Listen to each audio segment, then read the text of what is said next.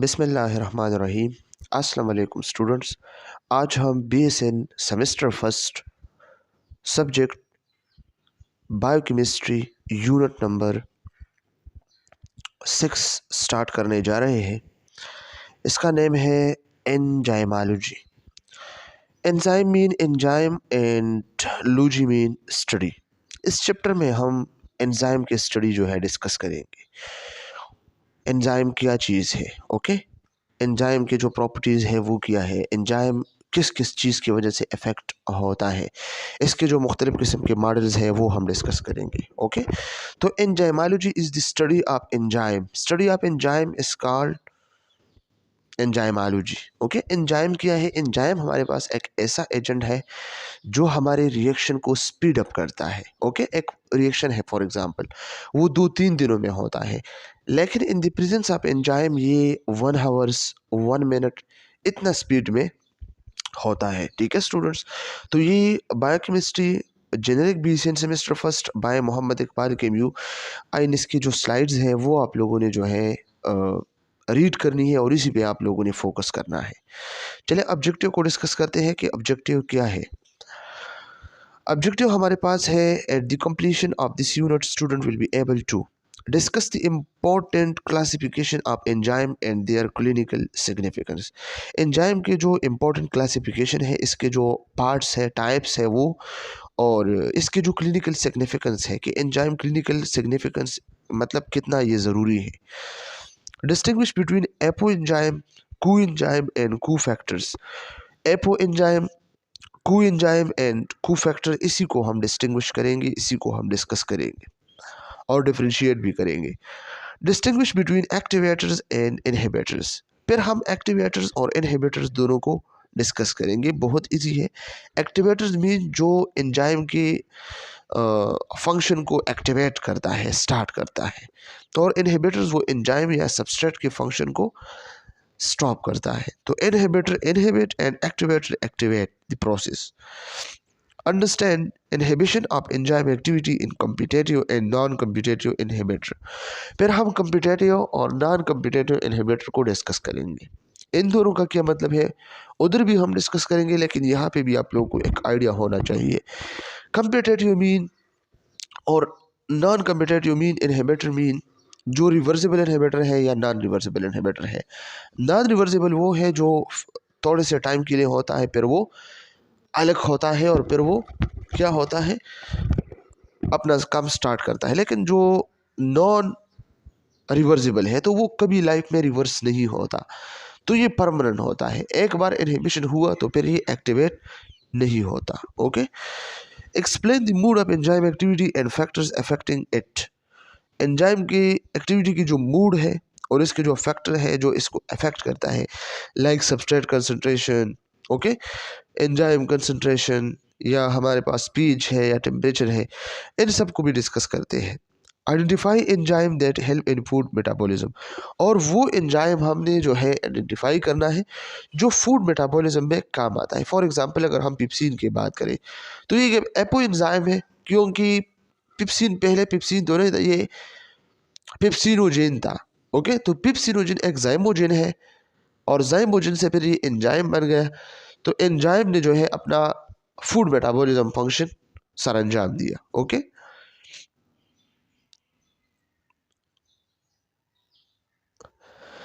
Enzymes are protein which are capable of catalyzing a chemical reactions in a living organism to yield specific product without getting used up।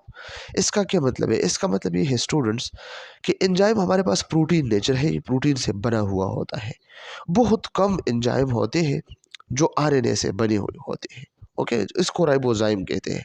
तो ये MCQs भी है कि all enzyme are protein in nature except ribozymes, okay. तो ये MCQs point of view से याद रखना, एंजाइम जितनी भी है वो प्रोटीन से बनी हुई है, इसका नेचर प्रोटीनिशियस है, okay. Which are capable of catalysing a chemical reaction in a living organism.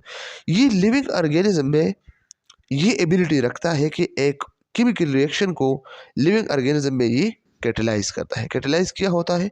Speed up करना, okay. To yield specific products ताकि वो हमें स्पेसिफिक प्रोडक्ट दे, okay, without getting used up. लेकिन एंजाइम ने इस रिएक्शन में यूज़ नहीं होना है। ऐसा ना हो कि एंजाइम भी इसमें हिस्सा लेता है और फिर लास्ट में एंजाइम भी गायब होता है, तो ऐसा नहीं है। एंजाइम रिएक्शन को स्पीड अप करता है विदाउट गेटिंग यूज्ड अप, वो यूज नहीं होता है। ऐसे रिजल्ट ये बिल्कुल इसी तरह हाल में होता है, okay. Enzymes are biological catalyst. Enzyme याद रखना ये हमारी लिविंग बॉडीज में है, तो इसका मतलब है ये बायोलॉजिकल कैटलिस्ट है। हम कह सकते हैं कि एंजाइम बायोलॉजिकल कैटलिस्ट है क्योंकि ये हमारे जो बायोलॉजिकल प्रोसेस है इसी को स्पीड अप करते हैं। They never initiate any chemical reaction rather than only accelerate the pre-existing reaction.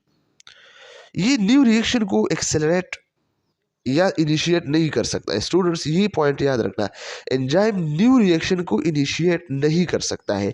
New reaction को इनिशिएट करना ये एक्टिवेशन एनर्जी का काम है। एक्टिवेशन एनर्जी कौन सी एनर्जी है? ये वो स्मॉल अमाउंट ऑफ एनर्जी है जो एक केमिकल रिएक्शन को इनिशिएट करता है, स्टार्ट करता है, लेकिन एंजाइम का ये काम नहीं है, ओके। एंजाइम क्या करता है? Only accelerate the pre existing reaction. जो pre existing reaction already reaction start है इसी को जस्ट एक्सेलरेट करना, इसी को जस्ट स्पीड करना, okay students. Catalyst the agent which in minute amount increase the velocity of a reaction without appearing in the final product. Catalyst वो agent है हमारे पास जो बहुत कम अमाउंट में है होता है, लेकिन ये रिएक्शन की जो वेलोसिटी है वो इंक्रीज करता है, लेकिन बगैर फाइनल प्रोडक्ट जो हमें फाइनल प्रोडक्ट मिलता है तो इसी में इसका होना लाजमी नहीं है, ये इसमें यूज़ नहीं होगा। लेकिन ये याद रखना कि what is mean by catalyst. फिर एंजाइम और कैटलिस्ट में क्या फ़र्क है? स्टूडेंट्स याद रखना, एंजाइम हमारा बायोलॉजिकल प्रोडक्ट है, ओके, ऑर्गेनिक से बना हुआ होता है। प्रोटीन है ना, तो ऑर्गेनिक इन नेचर है, और ये जो कैटलिस्ट है तो ये इनऑर्गेनिक इन नेचर है। ये इनऑर्गेनिक एलिमेंट से जो है कंपाउंड से बना हुआ होता है, याद रखना ये इनऑर्गेनिक होता है, ठीक है। सिर्फ बॉडी की speed up reaction speed up के लिए नहीं होता है, ये बाहर जो लैब और वगैरह वगैरह जगहों में जो रिएक्शन होते हैं इसी में भी यूज़ होता है। Substrate the substance on which enzyme act. वो सब्सटेंस जिस पे एंजाइम एक्ट करता है तो इसको क्या कहते हैं? इसको सबस्ट्रेट कहते हैं। हम कहते हैं ना एंजाइम रिएक्शन को स्पीड अप करता है, तो जिस रिएक्शन को स्पीड अप करता है जहाँ पे एंजाइम अपना एक्ट करता है तो वो इसके लिए क्या होता है? सबस्ट्रेट होता है। Properties of enzymes. Enzymes are protein in nature, ये तो हमने एक्सप्लेन किया कि एंजाइम प्रोटीन इन नेचर है, एक्सेप्ट राइबोजाइम्स। ओनली राइबोजाइम है, ओके, जो प्रोटीन नेचर नहीं है, which are few RNAs molecule with enzymatic activity. ये फ्यू आरएनएज है हमारे बॉडी में, ओके, जो एंजाइमेटिक एक्टिविटी को परफॉर्म करते हैं, तो इस वजह इसको हम राइबोजाइम कहते हैं, जो एंजाइम लाइक फंक्शन करता है लेकिन नेचर एंजाइम जैसा नहीं है। They lower the energy of activation. ये एनर्जी ऑफ एक्टिवेशन, जो एक्टिवेशन एनर्जी है, इसको लोअर करता है। स्टूडेंट्स ये बहुत ज़्यादा इंपॉर्टेंट एमसीक्यूज है, बार बार पेपर में आ चुका है कि enzyme are lower the energy of activation, higher the energy of activation. तो ये एक्टिवेशन एनर्जी को कम करता है। अब स्टूडेंट एक्टिवेशन एनर्जी है क्या चीज़? वो एनर्जी, वो कैलोरीज जो एक रिएक्शन को स्टार्ट करने के लिए रिक्वायर होता है। तो अगर एंजाइम है तो एंजाइम तो वैसे भी स्पीड अप करता है, तो ऑलरेडी एक्टिवेशन एनर्जी बहुत कम लगेगी, सिर्फ स्टार्ट और फिर आगे का काम एंजाइम का होता है, ओके। तो इसका क्या मतलब है? Lower the energy of activation, ये एनर्जी ऑफ एक्टिवेशन को लोअर करता है enzyme. Energy of activation the minimum amount of energy calories required by the reactant to start the chemical reaction. ये हमारे पास जो रिएक्शन में जो रिएक्टेंट होता है ना, इसके लिए ये minimum amount of energy require होता है ताकि वो स्टार्ट द केमिकल रिएक्शन, ताकि इस केमिकल रिएक्शन इनिशिएट हो जाए, स्टार्ट हो जाए। The enzyme molecule contain a specific cleft और pocket called the active site. जो हमारे पास एंजाइम मॉलिक्यूल होता है तो इसके पास एक स्पेसिफिक क्लेफ्ट होता है, ओके, स्पेसिफिक क्लेफ्ट होता है या स्पेसिफिक साइड होता है, स्पेसिफिक पॉकेट होता है, इसको कहते हैं एक्टिव साइट। और मैं डायग्राम में आप लोग को शो करता हूँ कि एक्टिव साइट क्या है। एंजाइम और highly specific, enzyme highly specific है। अगर फॉर एग्जांपल एक रिएक्शन के लिए खास एंजाइम है तो वो सिर्फ इसी रिएक्शन में काम करेगा, दूसरे में नहीं। अगर हम बात करें पेप्सिन की, हम बात करें तो पेप्सिन सिर्फ मेटाबॉलिज्म में काम करता है। अगर और काम आप इससे लें तो वो ये काम नहीं करेगा। अगर ट्राइप्सिन है तो ट्राइप्सिन का अपना काम है। ओके, इसी तरह हर एंजाइम जो है स्पेसिफिक इन नेचर होता है। Catalyzing only one type of chemical reaction, सिर्फ एक टाइप ऑफ केमिकल रिएक्शन को स्पीड अप करता है, कैटलाइज करता है। They are highly efficient, accelerating the reaction million time faster. ये हाईली एफिशिएंट होता है एंजाइम, बहुत ज़्यादा रिएक्शन को स्पीड अप करता है। अगर एक रिएक्शन जो है 1 मिलियन एयर में होता था तो वो बहुत ज़्यादा फास्ट करके 1 दिन 2 दिन में ये जो है करता है, ऐसे हम एज्यूम कर सकते हैं। Enzyme activity can be regulated, ये जो एंजाइम की एक्टिविटी है वो रेगुलेटेड है। ओके, कैसे रेगुलेटेड है? रेगुलेट हो सकता है, कभी काम करेगा कभी नहीं करेगा, कभी एक्टिवेशन करेगा एक्टिव होगा, कभी इनहिबिट हो सकता है। Okay, few enzymes are simple protein while some are conjugated protein. बहुत कम एंजाइम ऐसे हैं जो हमारे पास सिंपल प्रोटीन से बनी हुई है, बाकी जो है कंजुगेटेड प्रोटीन से बनी हुई है। कंजुगेटेड प्रोटीन क्या है? जो कंजुगेटेड मॉलिक्यूल है लाइपोलिपिड्स है, लाइपोप्रोटीन है जिसमें लिपिड भी है, प्रोटीन भी है, कार्बोहाइड्रेट भी है, ग्लाइकोप्रोटीन, ग्लाइकोलिपिड इसी तरह जो है बनी हुई होते हैं। In such conjugated enzyme the non protein part is called prosthetic group or coenzyme and the protein part called as apoenzyme। Students ये एमसीक्यूज पॉइंट ऑफ व्यू से याद रखना बहुत ज़्यादा इंपॉर्टेंट है कि जो हमारे जो कंजुगेटेड एंजाइम होते हैं, ओके, तो इसमें जो नॉन प्रोटीन पार्ट है इसको प्रोस्थेटिक ग्रुप कहा जाता है या कोएंजाइम कहा जाता है। ओके, और जो प्रोटीन पार्ट है इसको एपोएंजाइम कहा जाता है। इसमें कोई मुश्किल है नहीं। जो हमारे कंजुगेटेड एंजाइम है, ज़रूरी बात है इसमें प्रोटीन पार्ट भी होगा, नॉन प्रोटीन पार्ट भी होगा। तो जो नॉन प्रोटीन पार्ट है इसको प्रोस्थेटिक ग्रुप कहा जाता है, कोएंजाइम भी कहा जाता है, और जो प्रोटीन पार्ट है इसको एपोएंजाइम कहा जाता है। Okay, the complete structure of apo and prosthetic group is called a holo enzyme. जो कंप्लीट स्ट्रक्चर होता है एपो एंजाइम और प्रोस्थेटिक ग्रुप की, तो इसको क्या कहते हैं? इसको होलो एंजाइम कहा जाता है। ओके, होलो एंजाइम क्या होता है? जो जस्ट हम कहते हैं कि कंजुगेटेड एंजाइम है। होलो एंजाइम में एपो एंजाइम भी होता है।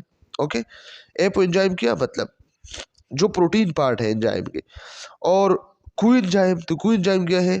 जो हमारा प्रोस्थेटिक ग्रुप है, प्रोस्थेटिक ग्रुप इसके पास होता है जो नॉन प्रोटीन पार्ट होता है।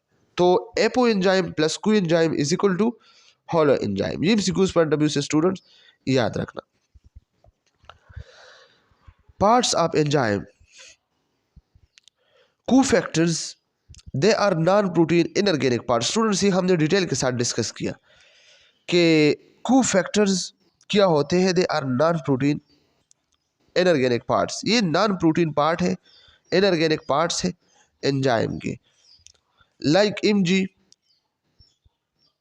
Fe जो मैग्नीशियम है, आयरन है, जिंक है, required by enzyme for their activity. तो ये जो पार्ट है ये हमारे पास के, इसको हम कोफैक्टर्स कह सकते हैं। ओके स्टूडेंट्स, कोएंजाइम क्या है? They are non protein organic parts, ये नॉन प्रोटीन ऑर्गेनिक पार्ट्स है। Usually the derivative of vitamin B complex like NAD, NADP, FMD, FAD, the biotin, coenzyme B12, ये सब जो इलेक्ट्रॉन ट्रांसपोर्ट चेन में use होते हैं, ग्लाइकोलिसिस में use होते हैं। तो ये वही कोएंजाइम है जो रिएक्शन को मेंटेन रखता है और स्पीड अप करता है। आप लोग को याद होगा, ठीक है।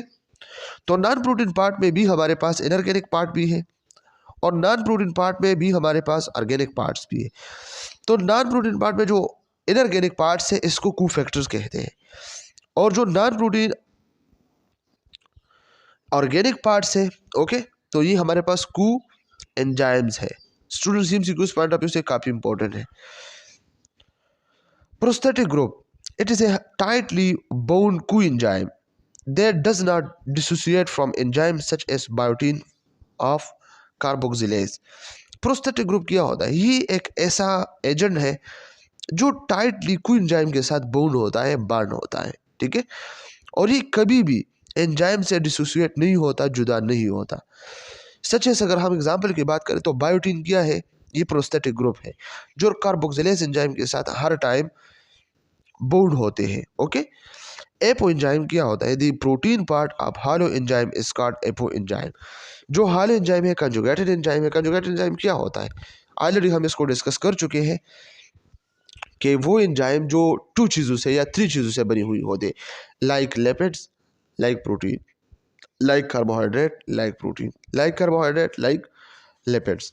ओके, तो ये क्या है? ये हमारे पास होलो एंजाइम है, कंजुगेटेड एंजाइम, होलो एंजाइम। तो होलो एंजाइम का जो प्रोटीन पार्ट है वो एपो एंजाइम कहलाता है। Classification of enzymes. एंजाइम्स की जो क्लासिफिकेशन है वो हम डिस्कस करते हैं। Enzyme are classified into 6 major classes which are further subdivided into subclasses. 6 classes में डिवाइड हुए हैं। The main classes are oxidoreductase, transferase, hydrolase, ligase, lyase, isomerase. Students, ये पेपर के लिहाज से काफ़ी इंपॉर्टेंट है। Oxidoreductase, they catalyse redox reaction. जो ऑक्सीडेशन रिडक्शन रिएक्शन होता है हमारे बॉडी में, तो ये इसी रिएक्शन को स्पीड अप करता है, ऑक्सीडोरिडक्टेज। ये एमसीक्यूज पॉइंट ऑफ व्यू से याद रखना। दे आर सब डिवाइडेड इनटू द फॉलोइंग सब ग्रुप्स। इसके फिर हमारे पास मुख्तलिफ किस्म के सब डिविजन्स हैं। डिहाइड्रोजनेज है जो एक सबस्ट्रेट से हाइड्रोजन एटम या एलिमेंट को रिमूव करता है। डिहाइड्रोजनेज क्या करता है? Remove hydrogen from the substrate. Substrate क्या होता है? जिस पे एंजाइम एक्ट करता है, तो इसी से हाइड्रोजन को रिमूव करता है ये वाला एंजाइम। ऑक्सीडेज क्या है? दे यूज OS हाइड्रोजन एक्सेप्टर। ये वाला जो है ऑक्सीडेज एंजाइम, ये क्या करता है? ये अपनी रिएक्शन में ऑक्सीजन को यूज करता है, ओके, एस हाइड्रोजन एक्सेप्टर। ये हाइड्रोजन को एक्सेप्ट करने के लिए ऑक्सीजन को यूज करता है। Oxygenase, they incorporate O into the substrate. ये ऑक्सीजनेज क्या करता है? ये ऑक्सीजन को इनकॉर्पोरेट करके सबस्ट्रेट करता है। Okay, hydrogen peroxidase, they break down HO into HO and O। There are two types. Students, ये याद रखना, हाइड्रोजन peroxidase क्या करता है? They broke on HO, hydrogen oxygen bond को ये ब्रेक करके इनटू हाइड्रोजन। ये हाइड्रोजन के साथ ऑक्सीजन नहीं है, ये अलग है, हाइड्रोजन एंड ऑक्सीजन। ये हाइड्रोजन और ऑक्सीजन में कन्वर्ट करता है, हाइड्रोजन ऑक्सीजन को। ओके, तो ये ब्रेकिंग करता है। दे आर टू टाइप्स, इसके टू टाइप्स है, peroxidases और कैटालेसिस। ओके, तो peroxidases कहाँ पे मौजूद होते हैं? ये हाइड्रोजन peroxidase है लेकिन ये प्लांट में मौजूद होता है, और ये जो कैटालेस है ये एनिमल में मौजूद होता है। तो स्टूडेंट्स, ये टू इंसिक्यूज पेपर के लिहाज से काफ़ी इंपॉर्टेंट है। इसके बाद है आइसो एंजाइम और isozymes. These are the enzymes that catalyse the same reaction. ऊपर जो रिएक्शन के बाद हुई ये भी वही को क्या करते हैं? कैटलाइज करते हैं। These enzymes have same chemical properties but have different structure, means different physical properties। ये जो आइसोजाइम्स है या आइसो एंजाइम है, तो इसकी केमिकल प्रॉपर्टीज बिल्कुल जो है सेम है जिस तरह ऊपर के एंजाइम का था, लेकिन इसका स्ट्रक्चर जो है थोड़ा सा मुख्तलिफ है ऊपर वाले एंजाइम से। ठीक है, तो ज़रूरी है कि स्ट्रक्चर चेंज है तो इसके जो फिजिकल प्रॉपर्टीज़ है वो भी डिफरेंट होती है। ओके, फॉर एग्जांपल अगर हम बात करें लैक्टेट डिहाइड्रोजनेज LDH के, ओके, या अल्कलाइन फास्फेटेज, या क्रिएटिनिन फास्फोकाइनेज CPK, और क्रिएटिनिन काइनेज CK, ये एंजाइम हमारे पास क्या है? आइसोजाइम्स है या आइसो एंजाइम है। ये एमसीक्यूज पॉइंट ऑफ व्यू से स्टूडेंट्स याद रखना ये वाले एग्जांपल्स और ये वाले प्रॉपर्टीज, क्योंकि पेपर में यही आते हैं। Each of these three groups have chemically similar iso members such as आइसोजाइम्स और CPK और CK। CPK और CK ये आइसोजाइम्स है एक दूसरे की। CPK MB found in cardiac muscles. ये जो CPK MB है तो ये कार्डिक मसल में फोन होता है। स्टूडेंट्स बहुत ज़्यादा इंपॉर्टेंट है, MCQs पॉइंट ऑफ व्यू से ऑलरेडी ये पेपर्स में आ चुका है और इस बार इंशाल्लाह फिर इस MCQs आएगा। ठीक है, CPK इसके एब्रीविएशन हम इसको डिस्कस करते हैं। CPK MB phone in cardiac muscles. तो CPK MB जो एंजाइम है ये कार्डिक मसल में मौजूद होता है। CPK BB ये ब्रेन टिश्यू में फोन होता है, मौजूद होता है। और CPK MM phone in skeletal muscle. Okay, तो ये इंपॉर्टेंट है MCQs पॉइंट ऑफ व्यू से। Okay student, in the enzyme CPK-MB or CK-MB, the MB stand for myocardial band। myocardial band क्या होता है? जो माइकोडियल मसल्स होते हैं ना, मायोकार्डियम, ओके, तो इस मसल में जो बैंड होते हैं, स्ट्रिएशन होते हैं, आप लोगों ने एनाटॉमी में पढ़े हो, तो ये MB जो है स्टैंड करता है माइकोडियल बैंड को। क्रेटिनिन काइनेज CK क्या मतलब है? Creatinine kinase. MB mean myocardial band, okay, is an enzyme that exists in different form called isozyme। ये जो क्रेटिनिन एंजाइम है, क्रेटिनिन काइनेज है, ये वाला एंजाइम जो है मुख्तलिफ किस्म फॉर्म में एग्जिस्ट करता है, इसको कहते हैं iso enzyme. Iso mean same, जो इसकी आइसोमेरिज्म करता है। ओके, शेप जो है डिफरेंट होता है, केमिकल प्रॉपर्टी सेम होता है, फार्मूला भी सेम होता है, तो फिजिकल प्रॉपर्टी भी डिफरेंट है। ओके, तो ये क्या है? क्रेटिनिन काइनेज है। Depending on where they are found in the body, और यह डिपेंड करता है कि बॉडी में ये कहाँ पर है, तो इसी के मुताबिक इसने अपनी प्रॉपर्टीज़ को जो है संभालनी है। These isozyme are made of combination of two types of subunits. ये वाला जो आइसोजाइम एंजाइम है ये टू टाइप्स ऑफ यूनिट से बनी हुई होते हैं। M mean muscle and B mean brain. Okay, the three main isozymes of creatinine kinase are, creatinine kinase के जो थ्री आइसो एंजाइम है तो वो CK-MM है, CK-BB है, ओके, और CK-MB है। तो CK-MM जो है क्या है? Predominantly phone in skeletal muscle. ये हमारे जो स्केलेटल वॉलंटरी मसल्स है इसमें जो है फोन है CK-MM। MCQs point of view से याद रखना। जो CK-BB है तो CK-BB phone mainly in the brain and smooth muscles like those in the intestine and uterus. ये जो CK-BB है तो ये ब्रेन और स्मूथ मसल में जो है मौजूद है। स्मूथ मसल लाइक इंटेस्टाइन है या यूटेरस है, इसमें ये फोन होता है। CK-MB जो होता है तो MB मीन मायोकार्डियल बैंड है, तो ये primary concentrated in the heart muscle, myocardium में ये होता है। तो small amount can be found in skeletal muscle, और बहुत कम अमाउंट जो है स्केलेटल मसल में मौजूद होता है। Okay, therefore the MB specifically refers to the combination of muscle and brain subunit that form the isozyme predominantly associated with the heart। Okay, तो ये जो है कम्बिनेशन है muscles and brain subunit के, जो आइसोजाइम को बनाता है। When heart muscle is damage CK-MB is release. जब हार्ट मसल डैमेज होता है तो CK-MB जो creatinine kinase, MB mean muscle and brain, sorry myocardial band, okay, release होता है ब्लड स्ट्रीम में, making it a valuable diagnostic marker for condition like heart attack. तो जब ये डायग्नोस्टिक टेस्ट में फाइंड होता है कि ओहो टेस्ट में तो ब्लड में तो CK-MB है, तो जब CK-MB इन्वेस्टिगेट होता है तो इसी वजह से जो है हार्ट अटैक होता है। स्टूडेंट्स, लाइसोजाइम है, they are found in saliva, tears, nasal secretions and breast milk, they destroy bacteria. Lysozyme जो है बैक्टीरिया को डिस्ट्रॉय करता है। ओके, ये सलेवा में फाउंड है, टेयर में, और नेचुरल सिक्रीशन जो हमारे बॉडी से होते हैं जितनी भी, इसी में, और ब्रेस्ट मिल्क में। MCQs पॉइंट ऑफ व्यू से याद रख। दूसरा है हमारे पास, चौथा है हमारे पास zymogen. They are inactive form of enzyme which are activated after secretion in digestive tract.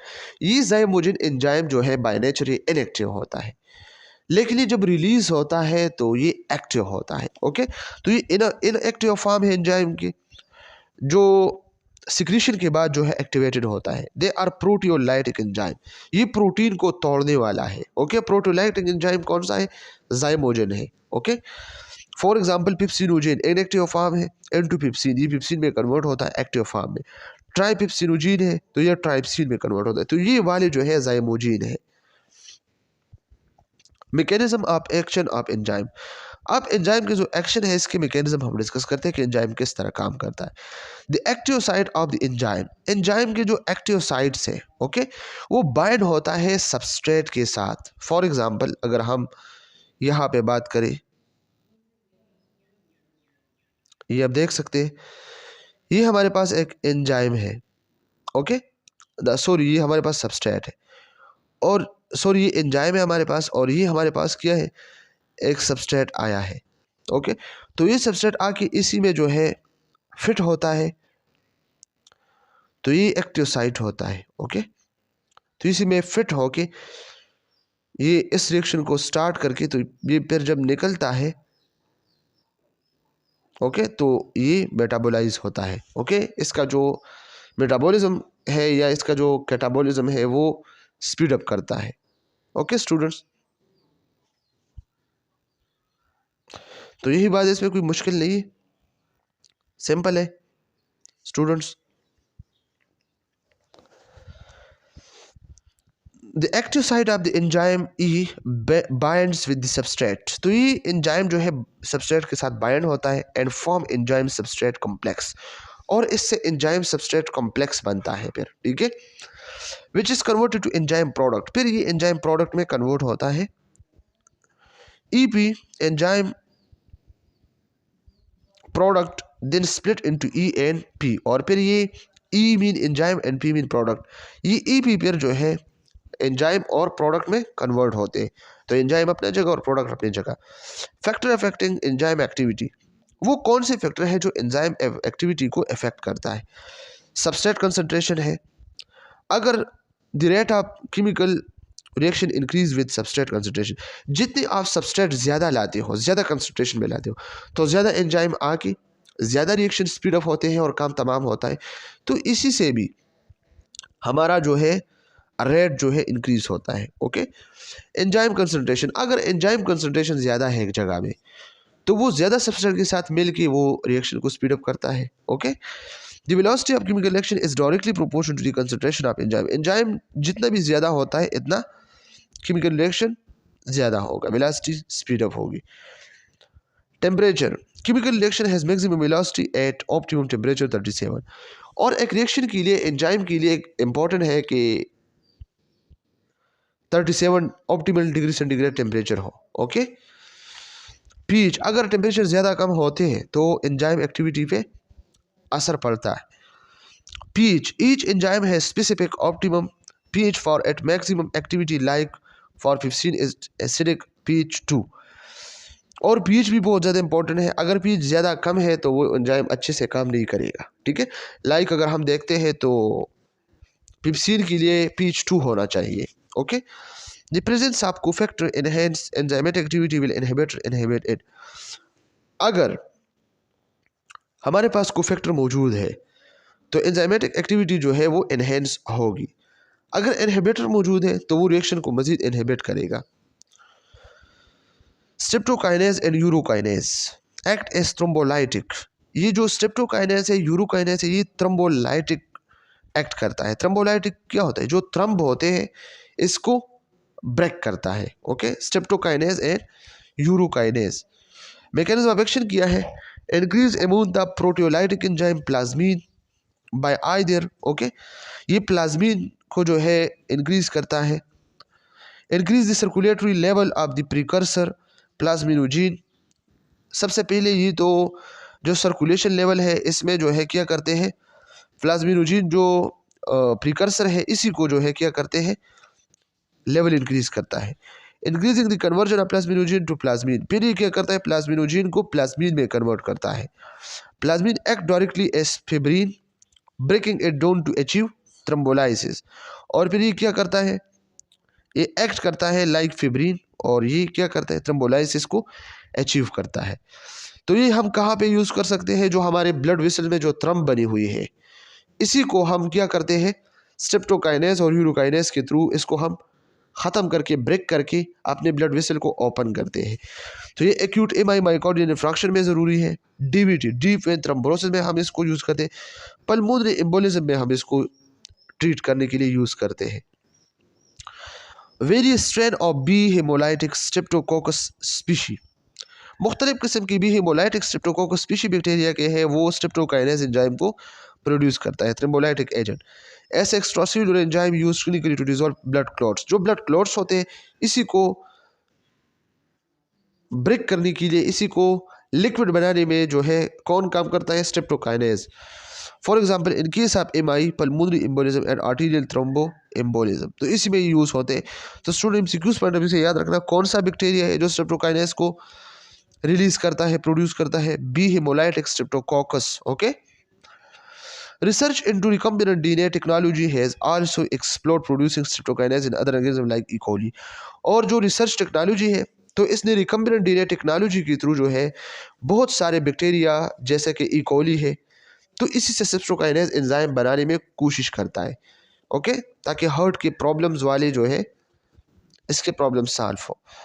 L asparaginase, ये जो एंजाइम है ये certain tumour cells require L asparagine for growth. जो हमारे बॉडी में जो ट्यूमर सेल्स होते हैं, कैंसरियस सेल्स होते हैं ह्यूमन बॉडी में, तो वो किस चीज़ पे जो है डिपेंड करता है, अपने लाइफ गुजारते हैं एल एस्परजीन के थ्रू। ये एल एस्परजीन यूज़ करके अपना लाइफ सर्वाइव करता है। तो अगर इस एंजाइम को हम एल एस्परजीन एजेंट को जो है यूज़ करते हैं, तो इसके लिए अगर हम एल एस्परजिनेज एंजाइम यूज़ करें तो वो जो ब्रेक हो जाएगा ना, L asparaginase hydrolase L asparagine and this inhibit growth of tumour. तो ये एल एस्परजिनेज एंजाइम क्या करता है, एल एस्परजीन को ब्रेक करके ट्यूमर के जो ग्रोथ है इसी को इनहिबिट करता है। इंडिकेशंस के एक्यूट ल्यूकेमिया में यूज़ होता है, मैलिग्नेंट लाइम्फोमा में यूज़ होता है। स्टूडेंट्स, ये पीडियाट्रिक में ये 2 डिजीज़ आप लोग इंशाल्लाह डिटेल के साथ पढ़ेंगे। Okay. Certain cancerous cell specially an acute haemoblastic leukaemia ALL जो होता है, जो 5th सेमेस्टर में आप लोग डिस्कस करेंगे, और unable to synthesise their own L asparagine and are highly dependent on external source of the amino acid for their growth and survival. इसमें बॉडी के जो अपना एल एस्परजीन है वो नहीं बनते, तो ये बाहर से जो है एल एस्परजीन को लेते हैं। ओके, तो अगर हम ये एल एस्परजिनेज एंजाइम यूज़ करेंगे तो ये डायरेक्ट जाके एल एस्परजीन को मारेगा। ओके, तो एल एस्परजीन को अगर मारेगा तो ट्यूमर सेल सर्वाइव नहीं करेगा। Normal cell on the other hand can use synthesise their own L asparagine. Okay, और जो नॉर्मल सेल है तो वो अपना एल एस्परजीन खुद बनाते हैं, खुद सिंथेसाइज करते हैं, लेकिन जो कैंसरियस सेल है वो खुद नहीं बनाते, वो बाहर से मंगवाते हैं। ओके, तो अगर बाहर वाले आप एंजाइम से रोक दें तो अंदर तो है नहीं, तो सेल डेथ हो सकता है। Okay, by depleting L-aspergine from the bloodstream, L-asperginase effectively strive these cancer cells। तो एल एस्परजीन अगर ब्लड स्ट्रीम से बाहर जाते हैं, ओके, तो एल एस्परजिनेज एंजाइम जो है बहुत भूखा होता है कैंसरी सेल के लिए, लीड टू देयर डेथ, ताकि वो इसका डेथ करे, while leaving less impact on healthy cells. और हेल्थी सेल पे बहुत कम इम्पैक्ट है, लेकिन जो कैंसरियस सेल है इस पर ज़्यादा इम्पैक्ट है। डाइजेस्टिव एंजाइम है available as tab and syrup. ये डाइजेस्टिव एंजाइम जो है हमारे पास टैबलेट में भी जो है मौजूद है, सिरप में भी मौजूद है। अमाइलेज है, लाइपेज है, प्रोटीएज है, पेंक्रियाटिक एंजाइम जो होते हैं। रिप्लेसमेंट थेरापी पेंक्रियाटिक इनसफिशिएंसी, अगर पेंक्रियाज ये वाले एंजाइम नहीं बनाते तो आप रिप्लेसमेंट थेरापी कर सकते हैं। ओके, रिप्लेसमेंट थेरापी क्या होता है, एक ऑर्गन को रिप्लेस करके दूसरा को लाते।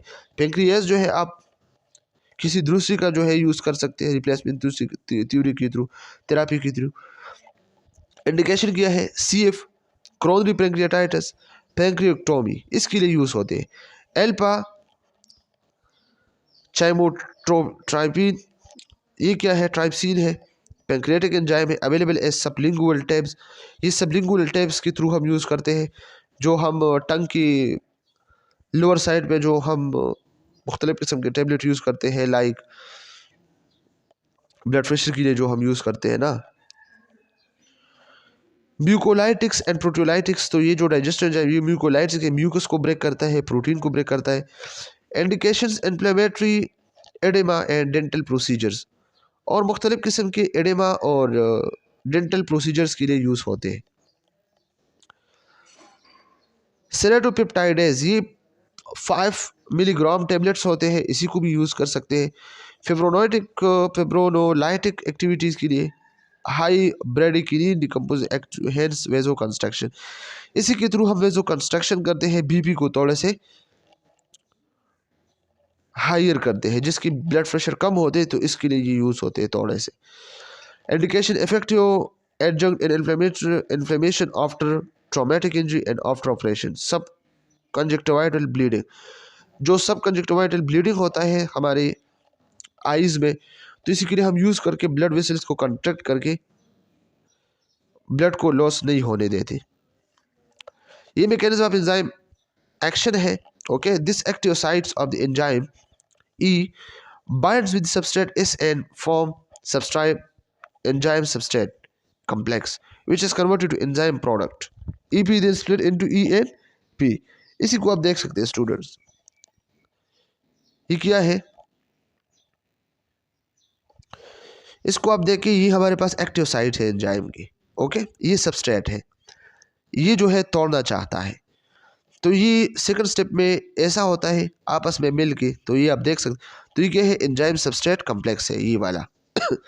ये दोनों आपस में मिले, ये और ये बना, और लास्ट में EP मिला ये वाला, और ये फिर स्प्लिट होके E एंजाइम और P में। ओके, तो एंजाइम अपनी जगह और प्रोडक्ट अपनी जगह, ये आप देख सकते हैं। Okay, two models to explain mechanism of enzyme. Enzyme के जो मैकेनिज्म है इसके लिए टू मॉडल यूज़ होते हैं, एक लॉक एंड की मॉडल, दूसरा इंड्यूस फिट मॉडल। ओके, तो लॉक एंड की मॉडल का मतलब ये है कि सबस्ट्रेट ऐसे लॉक और एंजाइम ऐसे की। ओके, तो इसी को हम, लेकिन इसमें कोई फ्लेक्सिबिलिटी नहीं है। और इंड्यूस फिट मॉडल जो होता है, सबस्ट्रेट के लिए एंजाइम ने अपना शक्ल जो है थोड़ा सा चेंज करना है, यही डिफरेंस है। Okay, lock and key model और रिजिड टेम्पलेट, इसको रिजिड टेम्पलेट भी कहते हैं क्योंकि इसमें कोई फ्लेक्सिबिलिटी नहीं है, इसके शेप में कोई चेंज नहीं होता है। मॉडल ऑफ ईमेल फिशर, ये ईमेल फिशर ने बनाया था 1890 में। नंबर 2 इंड्यूस फिट मॉडल और hand in glove model of Daniel E Koshland, ये कोशलैंड 1958 में इसने बनाया है। ये एक मॉडिफाइड फॉर्म है लॉक एंड की मॉडल की, लेकिन इसको hand in glove model, hand in glove में आप जब हैंड जो है अंदर करते हो तो कैसे आप पहनते हैं, इसके शेप आप चेंज करते हो ना, तो इसलिए एंजाइम भी अपना शेप चेंज करता है इंड्यूस फिट मॉडल में। According to lock and key model of Nobel laureate Emil Fischer, enzyme are very specific. ये कहते हैं कि एंजाइम बहुत ज़्यादा स्पेसिफिक होता है, एक रिएक्शन में एक एंजाइम हिस्सा ले सकता है। Both the enzyme and substrate possess specific complementary shape, और ये कहता है कि ड्यूरिंग रिएक्शन न एंजाइम और न सबस्ट्रेट की शक्ल में, शेप में कोई चेंज होता है। एंजाइम भी वही का वही, शेप भी वही का वही, और सबस्ट्रेट भी वही का वही, इसके शेप में कोई भी चेंज नहीं हो सकता। This shape fit exactly into one another, और ये दोनों शेप आपस में एक दूसरे के बिल्कुल एग्जैक्टली फिट होना चाहिए। अगर एग्जैक्टली फिट होता है तो ये स्पेसिफिक है एक दूसरे के लिए, अगर फिट नहीं होता तो ये एक दूसरे के लिए फिट नहीं होता। ये आप लोगों ने, ये वाला एंजाइम काम नहीं करेगा। This model explain enzyme specificity, ये एंजाइम स्पेसिफिसिटी पे जो है बात करता है। It fails to explain the stabilisation of the transition state that enzyme achieve, और ये एंजाइम स्टेबलाइजेशन पे जो है बात नहीं करता है जो एंजाइम्स अचीव करना चाहता है। ओके, जो प्रोडक्ट, तो ये सही से काम नहीं करता है। ये वाला आप देखिए, ये सबस्ट्रेट है, ये एंजाइम है। Okay, this is a modified version of lock and key model. ये जो इंड्यूस फिट मॉडल है, ये लॉक एंड की मॉडल की एक मॉडिफाइड वर्जन है। अकॉर्डिंग टू इंड्यूस फिट और hand in glove model, enzyme and substrate और flexible structure, ये फ्लेक्सिबल स्ट्रक्चर है। सबस्ट्रेट का शेप भी चेंज हो सकता है, एंजाइम का भी जो है चेंज हो सकता है। The active site is continuously reshaped by interaction with the substrate, और जो एक्टिव साइट है तो ये कंटिन्यूसली रिशेप होता है जब भी सबस्ट्रेट इसके साथ इंटरेक्ट करता है। As a result the substrate does not simply bind to a rigid HU site, तो इसका मतलब ये है कि सबस्ट्रेट ऐसा नहीं कि एक रिजिड एक्टिव साइट के साथ जो है वो बाइंड हुआ है, ये इसका मतलब ये नहीं है। सबस्ट्रेट जैसा भी हो, एंजाइम इसको अपना शक्ल चेंज कर सकता है। The amino acid side chain that make of the HU sites are moulded into the precise position, okay, तो एंजाइम अपना शेप चेंज कर सकता है। This way it enable the enzyme to perform its catalytic function. तो इसी के through enzyme अपना काम आसानी से कर सकता है। अब वही बात है inhibition of enzyme activity. Enzyme activity हम कैसे इनहिबिट कर सकते हैं? टू टाइप्स है, कम्पिटेटिव और नॉन कम्पिटेटिव है। कम्पिटेटिव इनहिबिशन मीन रिवर्सिबल, वो इनहिबिशन जो रिवर्सिबल हो, कुछ टाइम बाद जो है वो फिर से अपना काम स्टार्ट कर सकता हो। These inhibitors resemble the substrates. Okay, ये सबस्ट्रेट्स की तरह जो है रिजेंबल होते हैं। बिल्कुल आप समझोगे कि ये सबस्ट्रेट है, लेकिन जाके एंजाइम के साथ बाइंड होकर एंजाइम का फंक्शन स्टॉप करता है, लेकिन रिवर्सिबल है। कुछ टाइम बाद ये फिर से जो है अलग होता है। Inhibitors bind reversibly to the active sites. ये एक्टिव साइट के साथ रिवर्सिबली एक्टिव होता है, बाइंड होता है, which is normally occupied by the substrate. वो जगह जो नॉर्मली सबस्ट्रेट ने ऑक्युपाई करना था और सबस्ट्रेट ने अपना रिएक्शन स्पीड अप करना था, लेकिन अब इनहिबिटर आया रिवर्सिबल और वो इसके साथ फिक्स हुआ, तो कोई सबस्ट्रेट के लिए जगह बाकी नहीं है। Therefore, the inhibitor compete with the substrate for the active site and block the formation of enzyme substrate complex। तो अगर ये मिलेगा इसको, तो कोई सबस्ट्रेट एंजाइम कॉम्प्लेक्स नहीं बनेगा, तो रिएक्शन नहीं होगा। Okay, what does ACEI do?